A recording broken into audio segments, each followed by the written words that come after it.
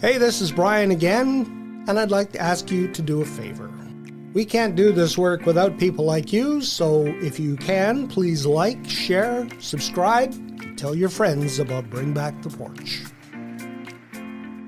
We're not playing in the park anymore. We're getting a job right away, and we're living on our technology, and we need our kids to slow down. So all of our groups together can really make a difference. And Carl's words are definitely something that speak to that. This episode of Bring Back the Porch brought to you by Bernie Leahy, River Street Realty. Let's get you home.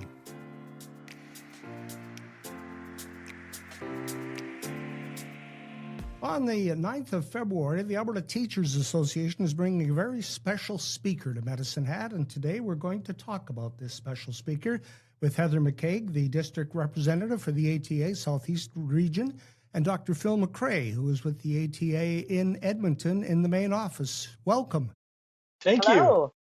you. Hi. Now, this is the first time we have done one of these podcasts like this, so fingers crossed. Everything will work out. And I want to make sure off the top that if people see that I'm talking to Dr. Phil, they got the wrong program. Exactly. I'm the right Dr. Phil. Yes, he is. Yes, he is the right man for the right time. Let's just talk about the special guest that you're going to be bringing in. He is an award-winning author. He has got, if you Google his name, you'll find lots of video clips of him. Doctor, I guess he's not a doctor. No, he's a journalist. I don't want to elevate him above his status, but his name is Carl Honoré. Watched some of his clips, and I found myself nodding, going, oh, yeah, he's right. Yeah, he's right. Mm-hmm. So I think the people of Medicine Hat will want to see him when he comes here. So I'll let either Heather or Dr. McRae tell us what is right about Carl. Heather, do you want to lead off, or would you like me to? Why don't you lead off, and then I'll jump in. That sounds great. Well, first of all, thank you for having us.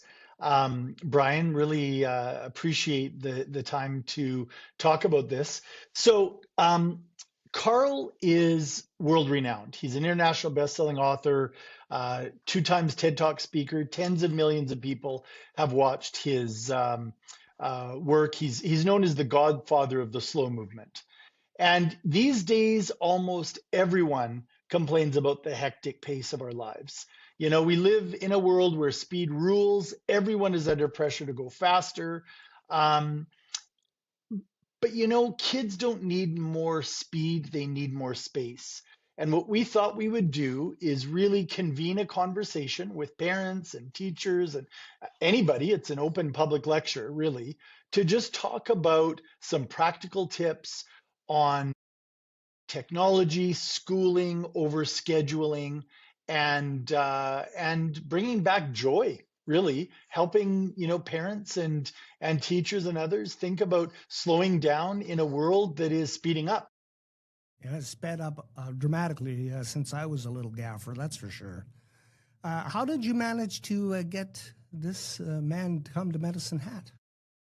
Well, Carl is. So about 10 years ago, we had him do some work with us and the nurses in Alberta, because they were noticing in hospitals and mental health care facilities, lots of pressure, lots of anxiety. And so they were working with him, and I thought, we are seeing the same in schools. So we started doing some work about 10 years ago. And then I was just in Switzerland over the week last week.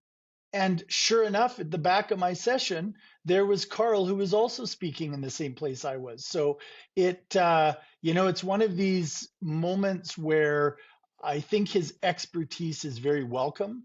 And it's because he has written on this and really thought deeply about it. He's one of those rare experts that when you can find him and when everything comes together at the right time, we are able to bring them out and work with them in the public. Heather, tell us a little bit about the event in Medicine Hat. Sure. So the event's going to be held at the Medicine Hat High School Theatre. So they have graciously invited us to use that venue. We've got tickets on sale. It's $10 for one ticket, and you can get 4 for $30 if you want to bring some friends. We will be having a reception where you can meet Dr. Phil and you can meet Carl and talk to them a little bit prior to, and that's going until 6:30. So doors will open around 6. 6:30, we will move into the theater part and have the lecture for about an hour, have some Q&A time, and we'll wrap up the evening by about 8 o'clock.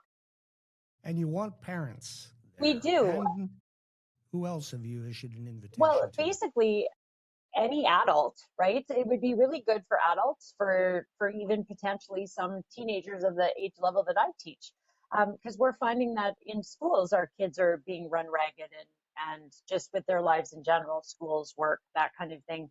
There isn't that, as you said, slow time like we had when you were a little gaffer, right? We're not playing in the park anymore. We're getting a job right away and we're living on our technology and we need our kids to slow down. So all of our groups together can really make a difference. And Carl's words are definitely something that speak to that.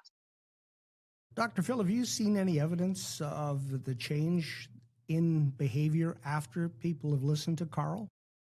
So one of the things, I mean, Carl actually speaks. He's a BBC journalist as well, so he's done lots of big documentaries, and parents flock to him in the United Kingdom and come to hear him. But people from business are also spending time at his lectures, and part of the reason for that is that inside the workplace, we can see greater and greater levels of stress, greater and greater levels of work intensification. And even things like productivity are impacted if you're in too much of a rush, and the pressures can really impact work as well. So I what I find with Carl after he speaks is that people do what you did. They're deeply reflective and they say, I see my life in that, or I see my grandkids, or I see my kids or my students, or I see myself again, on this kind of treadmill. And we know it probably doesn't make sense, whether it's even food, right? Think about Fast food. how we devour instantly just to move on to the next thing. But again, we live in an age where technology has changed our attention span to 12 seconds. Actually, I just heard that it's now 4 seconds. It was 12 seconds, which was less than a goldfish, and I'm not even sure what's less than a 4-second attention span. Yes, it has dramatically changed. I remember reading, back in the 70s, an essay that somebody wrote about soup. You used to put your soup on the stove, you would leave it all day, let it simmer, let the flavors intermingle, and you could smell it and you anticipated it, and it was something that was special. And now it's open up a can, throw it in the microwave, 2 minutes, you got your soup. That's our world, I think, in a nutshell. How are we going to get our world to slow down in the world of education, where you've got classes, the clock's always ticking, the next period starts in 14 minutes, and you've got all this stuff that you have to cover? Can we bring that into the classroom? We can. I mean, it definitely it takes change, and it takes change makers to work for those kinds of things, right? Like our curriculums need to slow down. We need to find ways that we can work with kids at all different levels to be able to do that. And being able to take that pause and look at homework and look at the way we do things, and those kind of things can really make a difference. But we need people to hear about it. We need people to experience the message in order to kind of start thinking that way, right? And the parents need to be on the same page as the teachers, and then that translates into how we work with students. One of the interesting things, and Dr. Phil, you can kind of comment on this because you've heard that lecture too, I believe. He comments on that people that go to Harvard, that the slowness piece, we're noticing that if people don't slow down, they're having worse kind of entrance exams, and they're having a harder time getting into that college kind of thing, right? So we need to bring this into our schools and into our young people and really give them that opportunity to really slow down, take a breath, look at that mindfulness of the world around them at that moment, and really kind of understand what it means to live in the moment versus run, and race all the time. Dr. Phil, you want to comment on that? Yeah, I totally agree with Heather, and there's a way to do it, but we have to take that responsibility. We live in an age now where our devices are constantly pinging us. We're constantly being asked, our attention is in demand, right? And distraction is an enormous problem as well. I think every class, there was a study done in the United States, every class collectively, let's say with 30 students, there'll be 1,000 notices pinging their devices during that class overall, right? From Snapchat and emails and texts and whatever app they've got trying to draw their attention. So when we think of speed and when we think of just slowing down, um, I think of my youth growing up, in the Rocky Mountains between Pincher Creek and Waterton in southern Alberta. Boredom was normal. You didn't always have every second of the day something that was happening. And that space of boredom led to creativity, and that creativity led to wonderful summer and winter and spring days, literally wandering out in nature. I mean, I'm lucky to be alive, but I do think that there's something to be said for other skill sets like creativity, um, from slowing down and bringing back boredom. Yeah. I recall when my children were young, about 30, 35 years ago, we had a VHS video that if there was music that went along with the song, and I think the song said something like, have patience, don't be in such a hurry. And my kids grew up with that, and I think maybe they did sort of slow down a little bit, but I'm not sure today's world if that same message can resonate with those children.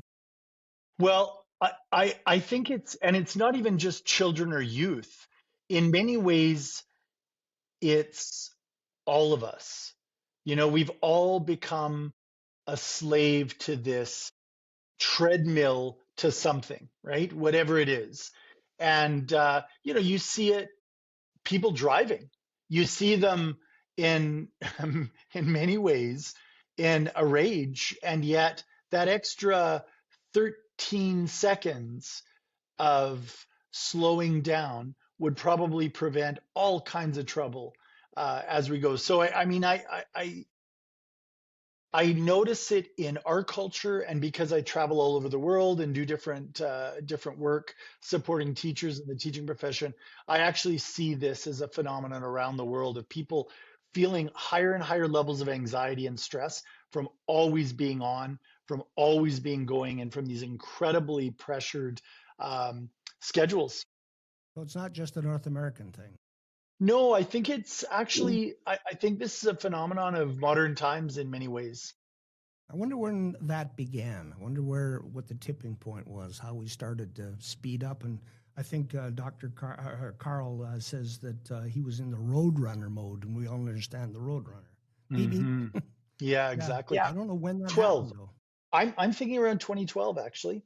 I think that once we were hyper connected through cell phones and we were able to have instant communication, instant updates, at point of need, reminders, I think things started to change probably about 20 years ago. Okay. Yeah. So now we had to put the brakes on it and slow down the bus. So again, the Carl coming here on the 9th of February. People are encouraged to get their tickets early. You have a limited number, I would imagine. Yes, we do. Mm-hmm. And how do they go about getting them, Heather? If you haven't got rid of that frog in your throat. Yeah, no, I apologize.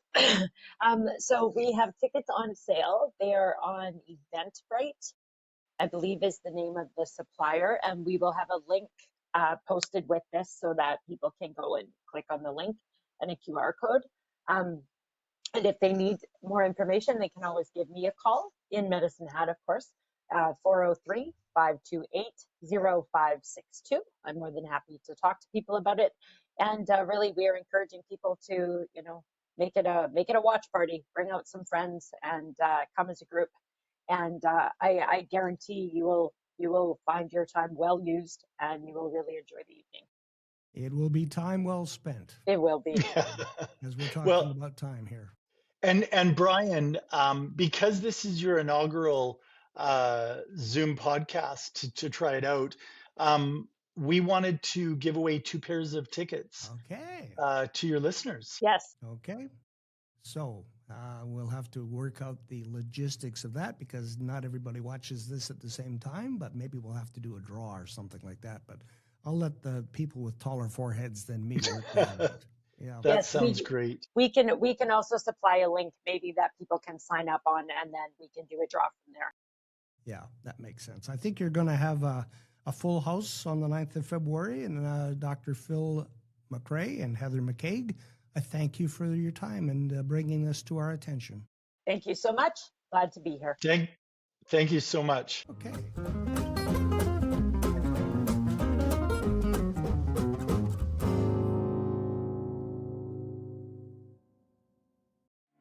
Hey, this is Brian again, and I'd like to ask you to do a favor.